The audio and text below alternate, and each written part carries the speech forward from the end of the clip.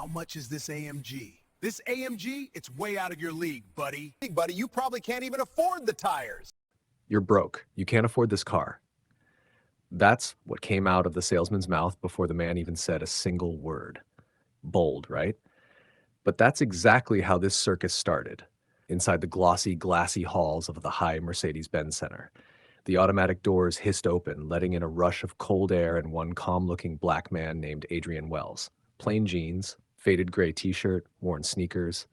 Nothing flashy, just confidence in quiet form. But apparently, quiet confidence is a crime in luxury land. The sales team took one look at him and decided, nope, not our kind of customer. One of them leaned in to whisper, loud enough for Adrian to hear. He's probably lost, another chuckled. Nah, he's here to take Instagram photos. Their laughter bounced off the spotless tiles like bad jazz. The receptionist, blonde bob, polished nails, fake smile, didn't even try to hide her eye roll. Adrian didn't flinch. He just strolled straight to the AMG display, a sleek, black beast of a car gleaming under the lights. That's when the first salesman jumped in front of him like a bouncer at a VIP club. Hey, careful, he snapped. We don't let people touch these unless they're serious buyers. Serious buyers. Oh, the irony. Adrian looked at him, cool, steady, and asked, how many cylinders does this one run? The salesman smirked. You wouldn't need to know that, man. You're not driving it anywhere. Can you believe that? Talking to a grown man like he just wandered in off the street? But then Adrian reached into his pocket, pulled out his phone, and tapped a contact labeled Leonard, MB owner. Within seconds, that smug laughter froze midair. Adrian's calm voice sliced through the room. Open quote, hey bro, you might want to know what's happening inside your own showroom right now. Close quote. The silence that followed, deafening.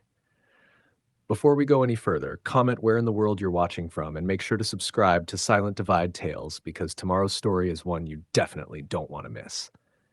The laughter died faster than a bad joke on live TV. Every salesman suddenly found something very interesting on the floor. Adrian turned his back, phone still at his ear, voice calm, almost too calm. Leonard, he said, tone flat but cutting, I'm standing in your downtown showroom right now. Your staff's been mocking me since I walked in. Loudly. There was a pause, then a sharp scrape, the sound of a chair being shoved back on the other end.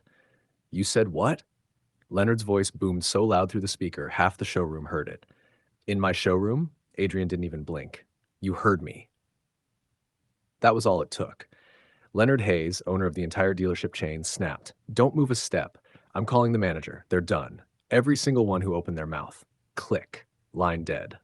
For a moment, no one breathed. The air went so still, you could hear the hum of the AC. Then, ring ring. The receptionist's desk phone started buzzing like an alarm. Lydia Marks, Miss Tight Smile and Perfect Hair, picked up all sweet at first. Good morning, hi Mercedes-Benz, how may I? Her face went pale. Yes, sir? Yes, Mr. Hayes. The room tilted. She passed the phone to the senior salesman, hand trembling. His face drained of color faster than bleach in a laundry ad. Sir, I can explain. Whatever Leonard said next hit like thunder. The salesman's voice cracked. He's still here, sir. When the call ended, silence swallowed the room whole. Then the office door slammed open. Bang. Manager Richard Vaughn stormed out, phone still in hand, tie crooked, eyes blazing, every head turned, the laughter, the arrogance, gone. He strode straight to Adrian, stopped and extended his hand. Mr. Wells. Mr. Wells, he said, voice tight but sincere, on behalf of Mercedes-Benz and our management team, I owe you a personal apology. And just like that, the whole showroom froze, the same mouths that mocked him now hanging open like broken doors. But trust me, it was far from over. The silence was thick enough to choke on. Every salesman stood frozen, pretending to suddenly care about car brochures. The same men who'd been snickering seconds ago now looked like interns waiting to get fired. The manager's apology still hung in the air when Adrian spoke, calm, steady, the kind of tone that makes powerful people nervous. I came to buy an AMG, he said simply, but your staff decided I didn't belong here. The manager's jaw tightened. He glanced at the nervous faces behind Adrian, Trevor, Brett, Derek, each one looking like a kid caught stealing from the cookie jar. Then he turned back with a stiff smile. Sir, he said carefully, please tell me, how many AMG models would you like? The words dropped like a bomb. You could have heard a pin hit the tile. Adrian looked him dead in the eye. 2, he said. Different colors. The silence shattered with a snort. That same loudmouth salesman, Trevor Lang, couldn't help himself. He's wasting your time, boss, he muttered. Guy can't afford 2 bicycles, let alone 2 AMGs. Oh, Trevor, always got to be the comedian in a horror movie. The manager turned slowly, eyes locked on him. His voice, ice. Repeat that. Trevor blinked, trying to laugh it off. Sir, I just meant... Stop talking, the manager snapped. You want to talk about looks? Then look closely, because that man you just mocked isn't who you think he is. Now the whole room leaned in. The manager pointed at Adrian. That's Mr. Adrian Wells, billionaire founder of Apex Logistics, the largest freight network on this continent, the man who's created more jobs in this city than you've ever applied for. And in case your brain's still buffering, he's also a personal friend of Leonard Hayes, the man who owns this entire dealership. You could actually hear Trevor's pride hit the floor. Effective immediately, the manager said, voice slicing through the silence. You're fired. Trevor's mouth opened. Nothing came out. Security moved. Out, the manager said again, and when that door slammed shut behind him, everyone knew this was just the beginning. The door slammed shut behind Trevor, echoing through the showroom like a final judgment. Every head turned, eyes wide, hearts pounding. You could practically smell the fear in the air, like expensive cologne mixed with panic. The manager pivoted, eyes sweeping the floor. The rest of you aren't in the clear, he said, voice calm but deadly. Every name in this room is under review. If you joined in or stayed silent while this happened, you'll be gone before the weekend. Count on it. No one dared breathe. Brett's hand twitched. Derek's throat bobbed. Even the receptionist, Miss Lydia, let's make this quick marks, suddenly found the floor fascinating. The manager adjusted his cufflinks, straightened his tie, and added, this dealership represents excellence. And excellence starts with respect.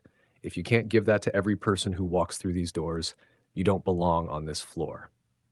And that's when it hit them. Every joke, every whisper, every smug glance, all of it collapsing right there under the weight of reality. Across the glass, 2 brand new AMGs gleamed outside, one silver, one black, Adrian's order. Engines already rumbling, waiting like lions on a leash. He walked past the stunned staff, calm as ever, the picture of quiet power. The manager followed, opening the door for him personally, a gesture dripping with irony. Adrian paused for a moment, glanced back, and said just one thing. Maybe next time you'll remember. Respect is free. Use it. He slid into the driver's seat, the door closing with that perfect, solid Mercedes click. The twin engines roared to life. Smooth, thunderous, final. As the AMGs rolled off the lot, the staff stared at their reflections in the glass and finally saw the price of arrogance staring right back. That day, the lesson was clear. Dignity doesn't come with a price tag. If you believe real class starts with character, not clothes, hit that like button and subscribe to Silent Divide Tales, because karma may take its time, but it always arrives dressed in justice.